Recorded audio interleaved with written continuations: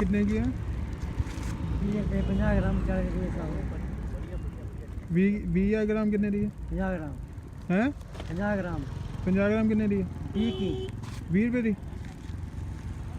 लेनी है? हाँ दियो फिर आएगा तो नहीं 3 बनाओ 3 ना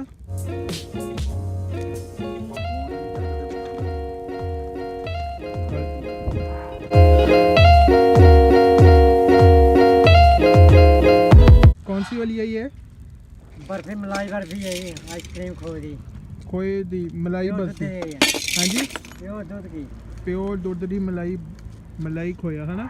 ये सिर्फ आपको हिमाचल में ही मिलेगी, अगर आप हिमाचल के बाहर से नहीं मिलेगी। ये मतलब यहाँ की स्पेशल है, हिमाचल वालों की स्पेशल आइसक्रीम है। जब भी आप हिमाचल आएँ तो ये वाली आइसक्रीम खा के जाएँ, इसके बिना हिमाचल अधूरा है, इस आइसक्रीम के बिना। आइए करते हैं टेस्ट आइसक्रीम का और आपको बताते हैं कि कैसे है ये आइसक्रीम। अब मैं गल करता कर ली नहीं गए ये आइसक्रीम का कर ली गल करता। हाँ जी बनानी आई, आपको आइसक्रीम कैसे लगी खा के? बहुत बढ़िया आइसक्रीम। हाँ जी बहुत बढ़िया लगी। मलाई ਤੁਹਾਨੂੰ ਕਿਵੇਂ ਲੱਗੀ? एक्सीलेंट। ये लुधियाना नहीं मिलेगी हिमाचली दसो थोड़ा आइसक्रीम बारे भाई।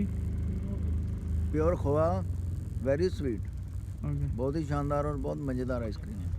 थैंक यू जो एक बार खाएगा दोबारा जरूर मांगेगा। Thank you.